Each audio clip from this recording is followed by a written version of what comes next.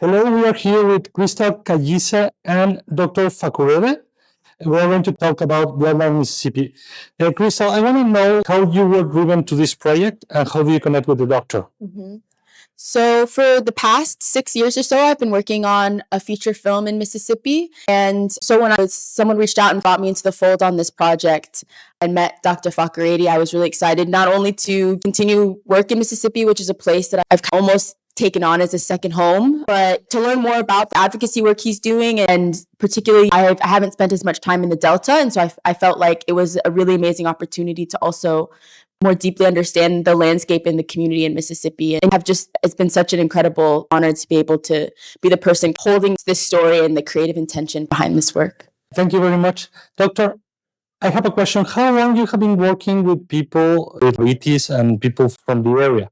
Yeah, sure. So I grew up actually here in the Northeast. I grew up in New Jersey, New York, and Philly area. And then about 11 years ago, decided to move down south to the Mississippi Delta because that has the highest prevalence of amputations due to vascular disease and diabetes. And what I mean by that is that every 30 seconds here in this world, a leg is lost from diabetes and poor circulation due to peripheral arterial disease, which is the name of the condition you get once you don't have good blood circulation to your foot. Unfortunately, when that's not treated on time, that leads to an amputation. And every year we lose about 200,000 limbs to an amputation, and 65% of them are diabetics. So the reason why the people are losing their legs due to an amputation is because they don't have access to either the technological competence of a doctor to take care of that disease state, upstream, downstream. So I decided to take my talents down to the highest prevalence area in the country, which is the Mississippi Delta, and to address this heads on by starting a practice that focuses on amputation prevention, community engagement, and on top of that, to seek and policies that help bridge the gap in disparities that plague those that are mostly affected from this, which is predominantly Black Americans. Out of every amputation that occurs, the Black American is 3 to 4 times more likely to lose a leg compared to their white counterparts.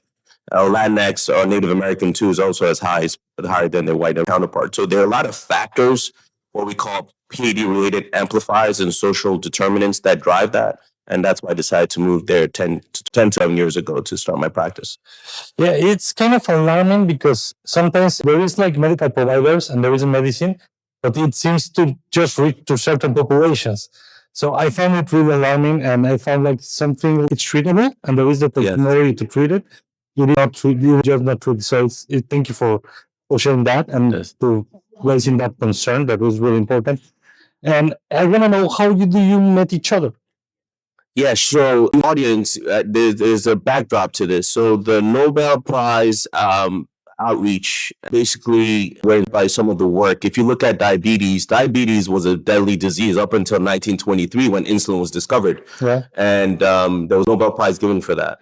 In addition, in 1956, there's a procedure where you can go into people's legs and arteries to clean out poor circulation, but that stemmed from actually the discovery of the ability to go into people's blood vessels and their heart called angiography, and that was discovered in 1956. Again, a Nobel Prize was given for that. So the Nobel Prize outreach reached out through Grain Media, which is a UK-based production company, to me in 2023. And they wanted to do some work inspired by what they've heard about what I do in Mississippi and how we decrease amputation rates by 88% over a 5-year period.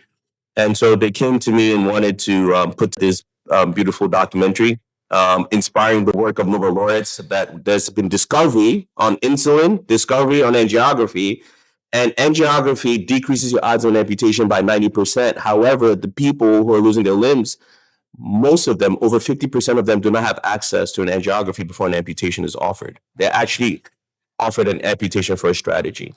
So I think they wanted to help raise awareness on this issue. And so they needed a great team and someone to bring that, visualize it, humanize it. And that's why I met Crystal. Yes. And getting back with Crystal, what is your connection with Delta Mississippi? Right now, it's something that is growing up, and I like to hear the voices of Delta Mississippi because Black voices and the history. There is like a hidden history of the United States of America that it's not shown and it's not tell. How you get to Delta, Mississippi, and where are you from first?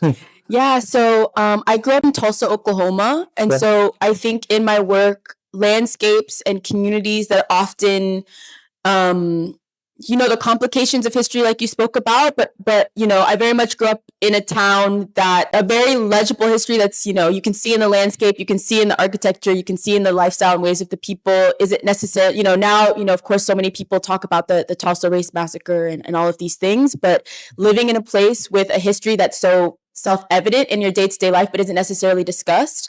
I think, as a young person starting to be interested in image making, it definitely is, I think, kind of grounded the stories and the people and the communities I'm interested in. And so I think in a lot of ways, through work and familiarizing with Dr. Fakorede's work in the clinic and the people in his space. So I felt I had like a really introduction to the Delta and for me, film is as much about the advocacy work and the issues as it is a portrait of a community and a place.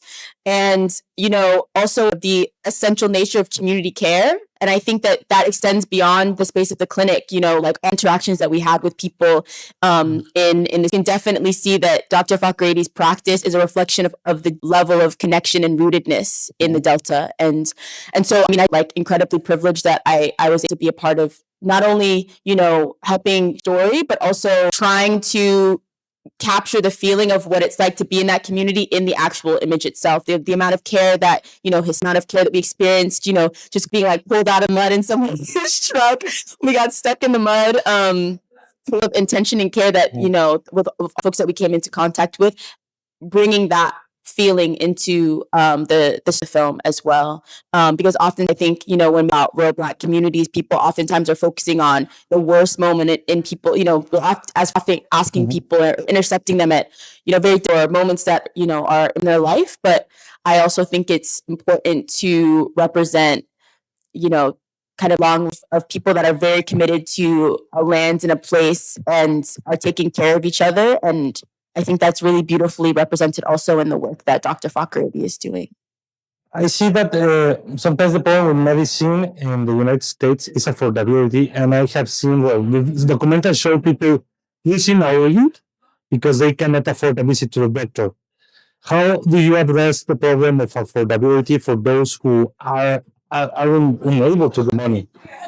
So I will preface by saying that in addition to everything that Crystal just beautifully mentioned, the Mississippi Delta is unique in the sense, Mississippi has a Black population. Mm-hmm. That's the highest in the country, number one, and majority of those are found in the Delta. Number two, Mississippi is also the poorest state in the country.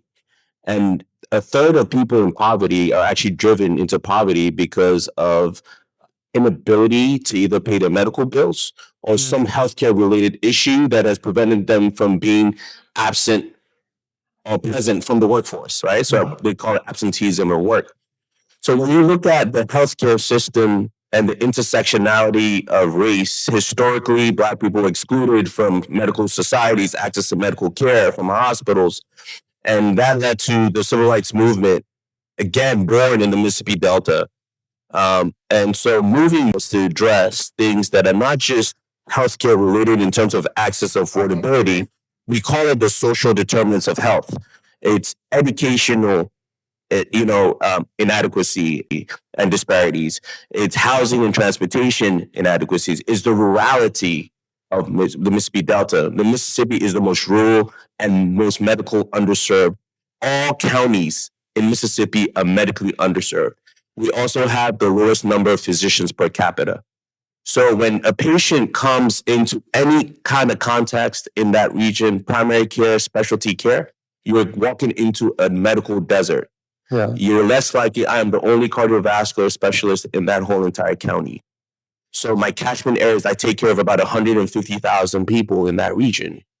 And what I have to do is when they come into my clinic, the affordability piece is in play because most of them are underinsured or have some kind of issues, financial toxicity is what we call it, meaning that they might have insurance, but they cannot afford the medication you gave them because they have a lot of chronic medical issues, or they have to take care of the poverty-stricken community that they have to walk out to, which is their family, their uncle, their aunts, their mothers, and their dads, and their brothers and sisters.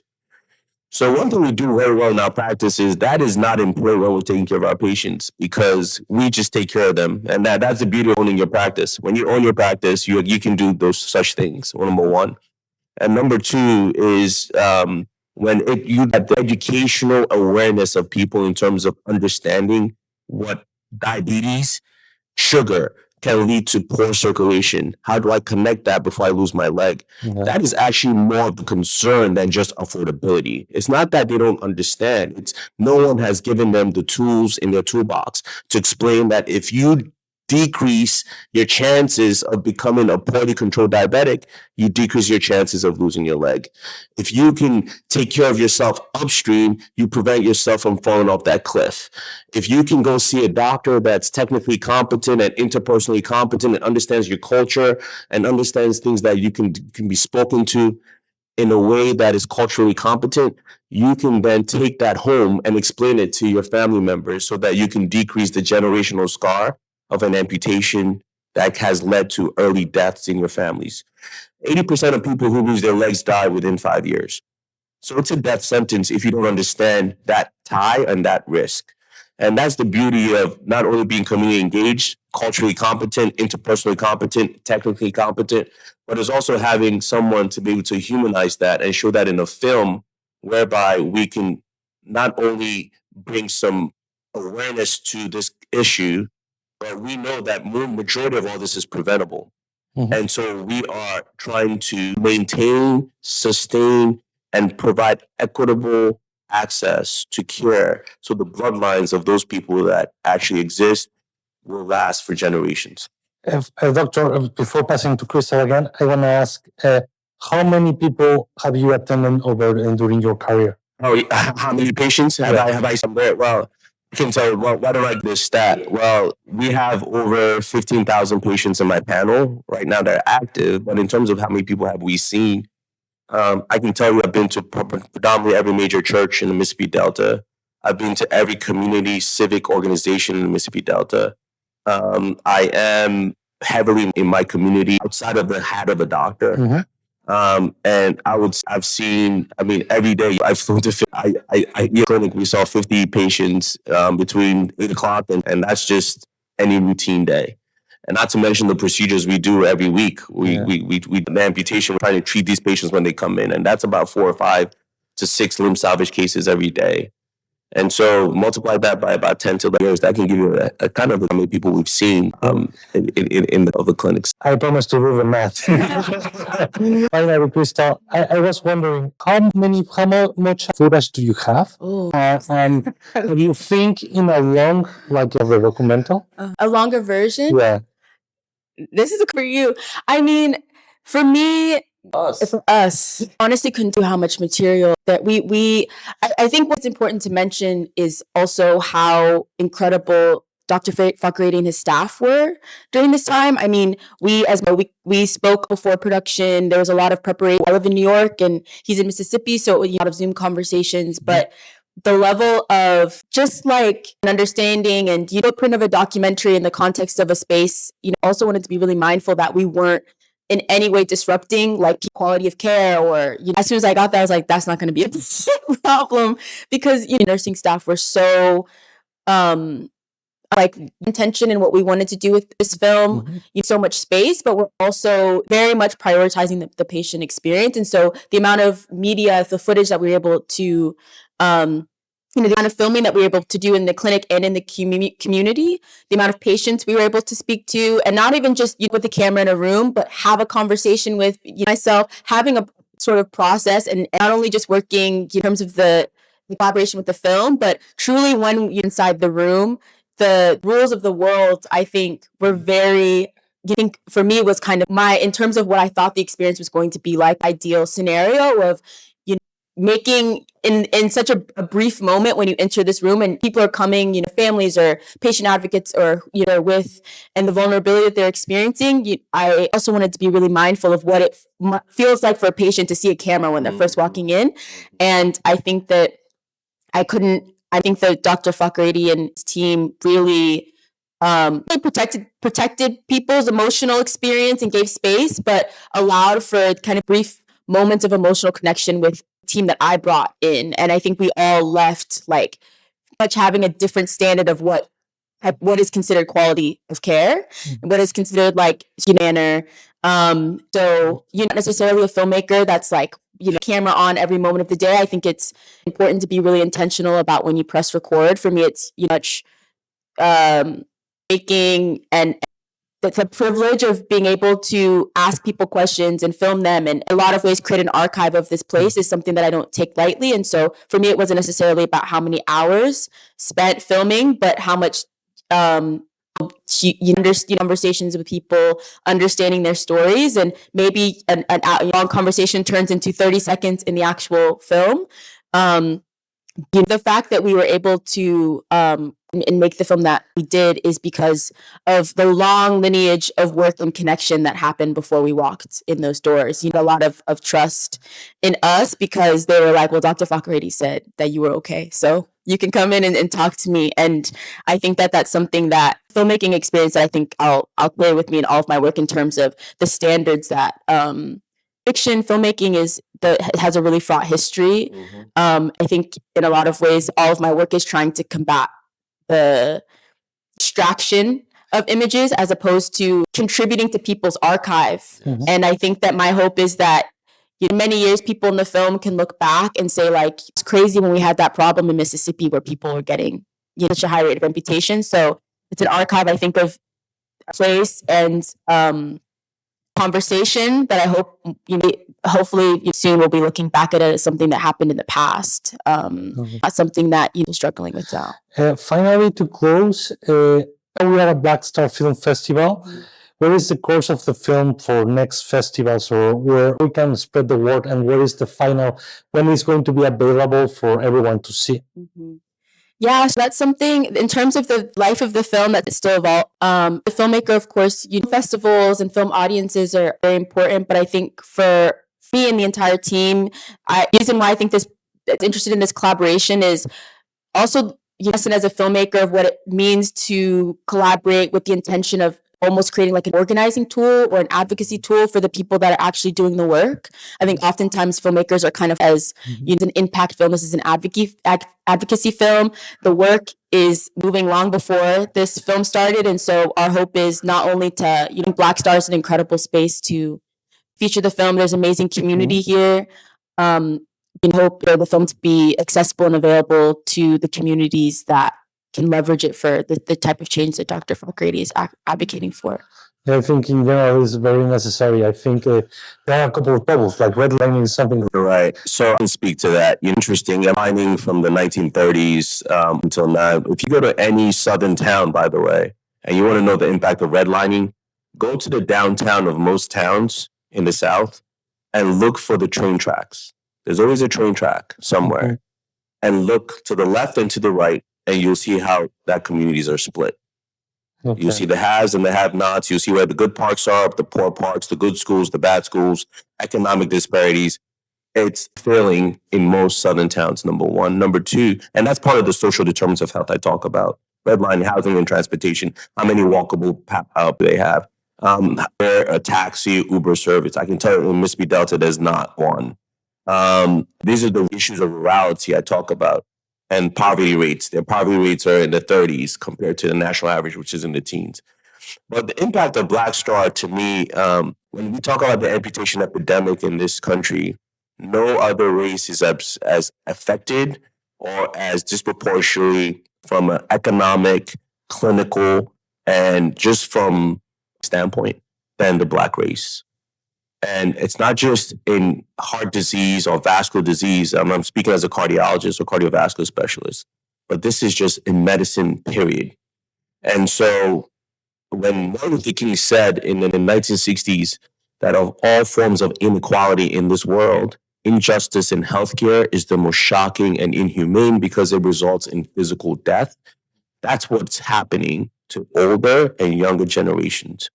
And so when you have a great audience, a great platform, and you have probably the largest gathering, we call it the Black Sundance for a reason, why not come and use this as lever to activate and to raise awareness to any type of healthcare, whatever injustice you want to do that.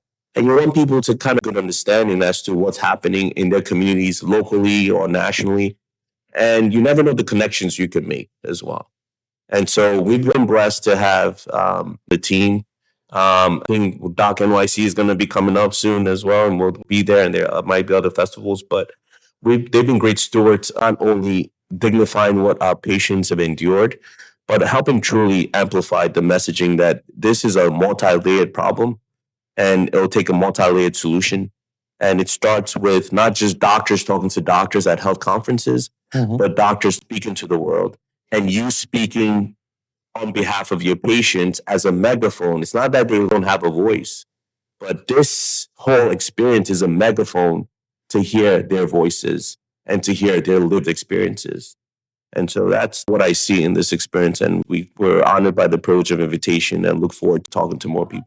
There are still a couple tens or 20 movies to watch, so we have still a lot to share, right? Absolutely. Yeah. So, Dr. Crystal, I want like a final message that you want to send to the audience, and where they can find your film and your career, like all your films, because I know that this is not only your only documentary. You actually have been in Sundance as well. So where people can follow you and where can follow your work? I guess in terms of think that like Dr. Fakorede said, don't necessarily consider nonfiction filmmaking as a way to become, anyone's voice. I think using images and storytelling to, like I said, like archive the stories and experiences, in this case, particularly folks in the Mississippi Delta. And so I'm hoping in terms of the audience experience that people are really listening to the people talking in the film and the experiences that they're having, and only listening to crisis that we're talking about now, but also relationships between the nursing staff and the patients, and the laughter and the community. And I think that this film, especially in this moment, it's important to affirm centered care, care that centers and understanding and the intimacy that happens and the experiences between that I noticed the entire is how when a patient comes in, they lay down like a napkin on the floor to make sure their feet don't touch the ground. And I think small things like that, we don't necessarily, I think, with the way that a lot of people's experiences in healthcare, and specifically as a Black woman having had negative experiences in healthcare, I think hope the audience is really listening. For this as also an example of expectations should be the rooms that we're in when we're talking about our bodies and our wellness and all of these things. I have, in terms of my own work, things online, and you're going to be spending a lot of time to get your film seen and make it accessible to people as well. But film work online if people want to. Yes, and Doctor, how can support you? Well, there's a discovery or breakthrough if the people who are most affected by it have access to it. As I mentioned, this is all discoveries that were made and Nobel Prizes were given for it in 1920s and 1950s. And we're here sitting in 2025 talking about how if you're a minority in this country, you're 3 to 4 times more likely to lose your leg, in spite of the fact that medical advancements, pharmacological, technological, in the world of AI, we're in the world of telemedicine, we're in the world of every single thing you can think about. But the one thing I cannot guarantee you right now is as we walk out of this theater, every 30 seconds, a limb is going to be lost. And the most likely person to lose their life after that, because I told you 80% of them will die within 5 years, is a minority. And so I think how we can help each other is, number one, to realize that your patient is worthy of a fair and just opportunity to attain the best possible health that they can, with every resource that can be made available to them and exacted to them. And policy is important sometimes to make that happen, as it was before, when Mississippi was the 4th wealthiest region due to cotton, by the way. People don't know that fact. It was now the poorest region.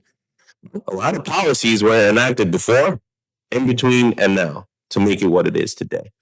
And so, number one, awareness is key. Education is key as well. You inform to transform. And I think what can happen with such a film is that film can be put in different platforms, medical, non-medical. Talking about there's nothing in this world. Look at the cancer industry, oncological space, the awareness in oncology and cancer. It's only two things that have driven it: sports and entertainment. So I've told people, if you want awareness in anything healthcare related that does not involve some kind of entertainment or sports culture to help heighten awareness nationally, it doesn't usually fly. And so to have the privilege of a documentary and to have the backing of the Nobel Prize outreach and the Nobel Prize museum to display this in the Nobel Prize Museum, and to have great media and have Crystal on board, I think it's first for our space in cardiovascular space. It's never been done before. And hopefully there'll be many more to follow, so that the grandmother who's about to be offered an amputation today, or the son who's about to lose a leg tomorrow, be the last in their generational bloodline to experience that. So we can have a better and brighter future for their future generations as well. Dr. Fakorede, Crystal, thank you very much. I hope that you have a wonderful experience like our screening, and I'm looking forward for your panel, and hope that we have the chance to shine this film and to share it in further spaces. Thank you very much. Thank you.